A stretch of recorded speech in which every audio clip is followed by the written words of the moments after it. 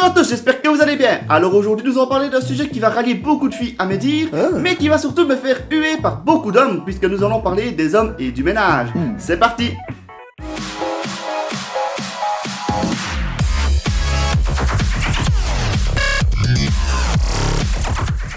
Comme vous le savez, les hommes ne sont pas très réceptifs au ménage. La plupart du temps, ils essayent d'éviter ces tâches ménagères, et il faut l'avouer, les hommes et le ménage, ça fait deux.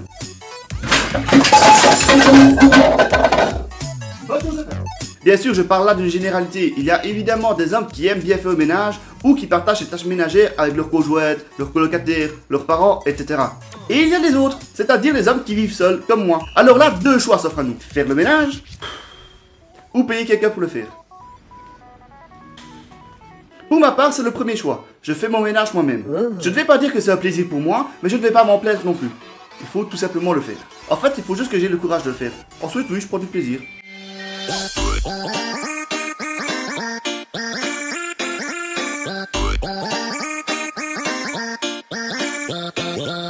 Quant à ceux qui payent quelqu'un pour le faire, ben je vais dire tant mieux. D'un côté, l'homme son ménage est fait, et d'autre côté, l'autre personne a gagné de l'argent.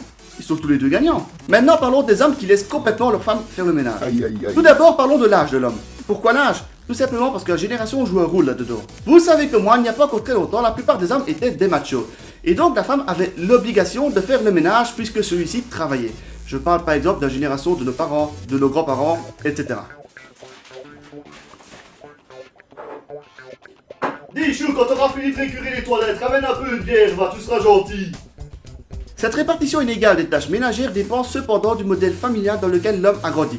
Par exemple, ceux élevés par une femme seule participent davantage aux tâches domestiques. Écoute-moi bien, fiston, tu ne dois jamais faire les tâches ménagères. C'est aux femmes de les faire. D'accord, papa. Donc, ne l'oublie jamais. Mais à cette époque où la femme travaille aussi, voire autant, et même plus dans certains cas qu'un homme, doit-on l'obliger à faire le ménage? Oui. Non, absolument pas. Votre femme n'est pas votre boy, ce n'est pas votre larbin, c'est votre prochain, votre moitié, vous appelez ça comme vous voulez. Mais en tout cas, elle mérite le respect de sa vie et de son travail. Maintenant, je peux comprendre que certains hommes en profitent. Si leur femme adore faire le ménage, par exemple tous les jours, qu'elle ne s'en plaît pas, qu'elle le fait volontiers, qu'elle ne demande pas d'aide, etc., eux qui n'aiment pas faire le ménage, ben, c'est normal qu'ils en profitent. Mais alors, ces femmes-là ne venez pas vous plaindre plus tard, parce que c'est vous qui aurez donné ce rythme de vie à votre homme. Pour le changer quand il aura 50 ans et que vous serez épuisé, ça sera pas facile, hein? On est d'accord? On est d'accord. Par contre, je trouve que la génération de nos jours se doit de partager les tâches ménagères. Quoi? Oui, vous m'avez bien entendu, partager les tâches ménagères. Quoi? Partager.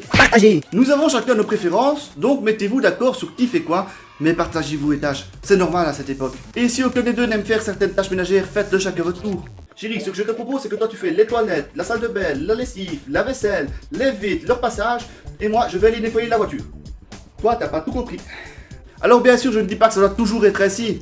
Par exemple, un jour où il y en a un des deux qui est crevé, ben l'autre fera un peu plus, ou des choses comme ça pendant que l'autre se repose. Surtout qu'ici, je ne compte que les tâches ménagères. Je ne parle pas des enfants, de la cuisine, des courses, etc. Mais c'est le même principe. Et pour terminer, il faut savoir que l'université de Cambridge a fait une étude sur les bienfaits des corvées ménagères et relève que les hommes seraient plus heureux lorsqu'ils font le ménage. Les hommes qui participent activement aux tâches ménagères arrivent à trouver un meilleur équilibre entre leur vie professionnelle et sociale. Donc les gars, vous savez ce qu'il vous reste à faire. Par contre, t'as envie de dire qu'une étude relève que plus un homme marié fait des tâches ménagères, moins il y a un rapport sexuel. Oh, tais-toi!